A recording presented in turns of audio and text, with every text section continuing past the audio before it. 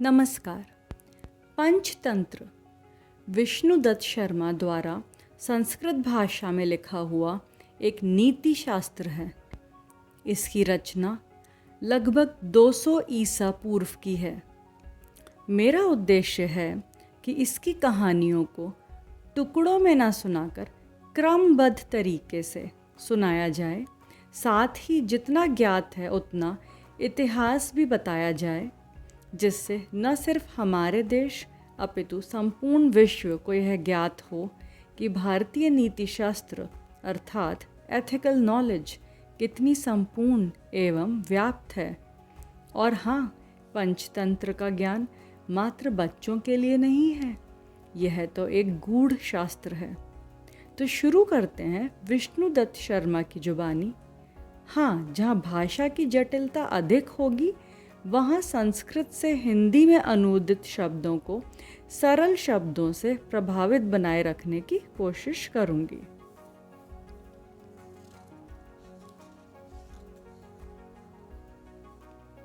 जैसा कि सुना जाता है, दक्षिण के किसी राज्य में महिला रोप्य नाम का एक नगर था। उसमें समस्त याचकों के लिए कल्प वृक्ष के समान अत्यंत उदार, राजाओं में श्रेष्ठ, नरपतियों के मुकुट मणियों की कांति रूपी मंजूरियों द्वारा पूजित और संपूर्ण कलाओं में निपुण अमर शक्ति नाम का एक राजा शासन करता था। उसके 3 पुत्र थे, बहुशक्ति, उग्र शक्ति तथा अनंत शक्ति, किंतु तीनों ही परम अविनीत एवं अशिक्षित थे। राजा ने उन्हें अशिक्षित समझकर अपने मंत्रियों को बुलाकर उनसे कहा, आप लोग तो यह जानते ही हैं कि मेरे तीनों पुत्र अशिक्षित और अविवेकी हैं। इनके अशिक्षित रहते हुए मेरा ये विशाल साम्राज्य मुझे सुखकर नहीं प्रतीत होता। अथवा किसी ने ठीक ही कहा है कि अजात, मृत तथा मूर्ख, इन तीनों में से अजात और मृत पुत्र अच्छे हैं, क्योंकि अजात एवं मृत पुत्रों से केवल अल्पकाल का ही कष्ट होता है, किंतु मूर्ख पुत्र जीवन पर्यंत कष्ट पहुंचाता है। मूर्ख पुत्र के पैदा होने से पूर्व ही गर्भ का गिर जाना अच्छा है। बालक मरा हुआ पैदा हो या पैदा होकर मर जाए, वो भी उत्तम है। अथवा गर्भ होने के बाद जन्म ना हो या बच्चा मातृगर्भ में ही पड़ा रहे, यह भी सर्वोत्तम है।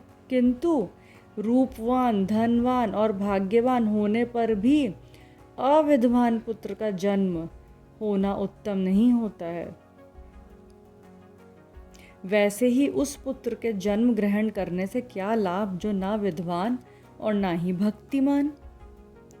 कुल में उत्पन्न होने वाला पुत्र मर जाए यह उत्तम है, किंतु मूर्ख पुत्र उत्पन्न हो यह अच्छा नहीं है, क्योंकि मूर्ख पुत्र के कारण पिता को विद्वानों की सभा में जारज पुत्र को उत्पन्न करने के समान ही लज्जित होना पड़ता है।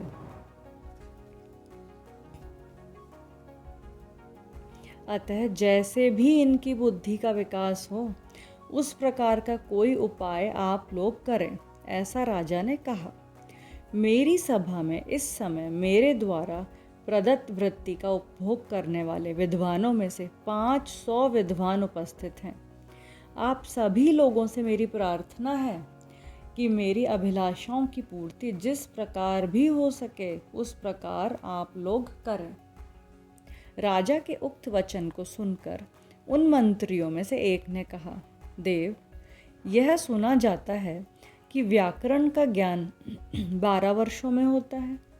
मनुस्मृति आदि धर्मशास्त्र, चाणक्य प्रभृति विद्वानों के बने हुए अर्थशास्त्र, वात्स्यायन आदि महर्षियों के बनाए हुए शास्त्र उसके बाद भी पढ़ने को शेष रह जाते हैं। 12 वर्ष तक व्याकरण का शास्त्र अध्ययन करने के पश्चात धर्म, अर्थ, काम के प्रतिपादक शास्त्रों का भी ज्ञान करना होगा। पुनः मनन आदि के द्वारा उनका अवबोध करना होगा, तब कहीं इनकी बुद्धि का विकास हो सकता है। कहने का मतलब कि शास्त्र बहुत अधिक हैं, समय बहुत अधिक लगेगा, तब जाकर बुद्धि का व्यवस्था ऐसी होनी चाहिए जिससे संक्षिप्त काल में ही इनकी बुद्धि का विकास हो जाए। अगली कड़ी में जानेंगे आगे की बात।